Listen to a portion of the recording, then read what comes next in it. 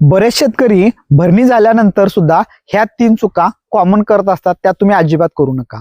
ज्या वेळेला आपल्या ऊसाचं भर करतो आपण, त्यानंतर बऱ्याच शेतकरी दादांना वाटतं की आता काम झालं, पावसाळ्यापर्यंत आपण निवांत आहे. तर निवांत राहू नका. भरणीनंतर ही 3 कामं महत्वाची आहेत. त्यातलं पहिलं काम आहे, मी वारंवार सांगत असतो, की पाला काढून घेणे. ज्या वेळेला आपल्या 4-5 कांड्या तयार होतात, त्यावेळेला पहिल्यांदा पाला काढून घ्यायचे आहेत आणि त्यानंतर ज्या वेळेला परत आपल्या 8, 10, 12 पर्यंत कांड्या जातात, त्यावेळेला एकदा पाला काढून घेणं गरजेचं आहे.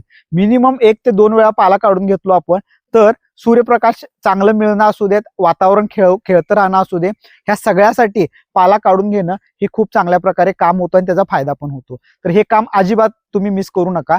त्याचा फायदा दुसरा अजून एक होतो की ज्या वेळेला संख्या नियोजनमध्ये कमी पडत असतात, त्यावेळेला कोंबडी फूट जे निघतं, तर ते कोंबडी फूट निघायला सुद्धा हे पाला काढल्याचा फायदा होत असतो.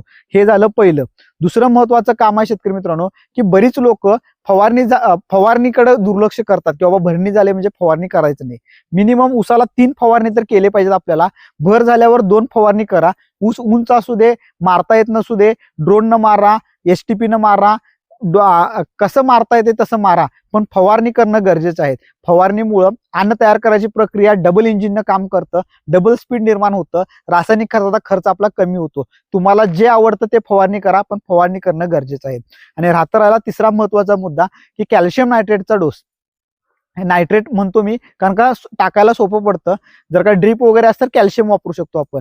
तर कॅल्शियमचा डोस आपण फवारणी किंवा इतर गोष्टींमधून कव्हर करू शकत नाही किंवा भर खताला सुद्धा देऊ शकत नाही. त्याच्यामुळे कॅल्शियमचा डोस हा तुम्हाला टप्प्याटप्प्याने 15 दिवस किंवा महिनाभर ह्या टप्प्याटप्प्यानेच द्यायचा आहे आणि तो भर झाल्यानंतर द्यायचा आहे आणि तो स्टेपमध्ये द्यायचा आहे. तुम्हाला एकदम देता येत नाही. तर ड्रीप असलं तर ड्रीपनं थोडं थोडं द्या किंवा जर का विदाऊट ड्रीप असलं तर कॅल्शियम नायट्रेट फॉर्म मध्ये मिळतो, तो तुम्ही डायरेक्ट ऍप्लिकेशन करून टाकला तरी चालू शकतात.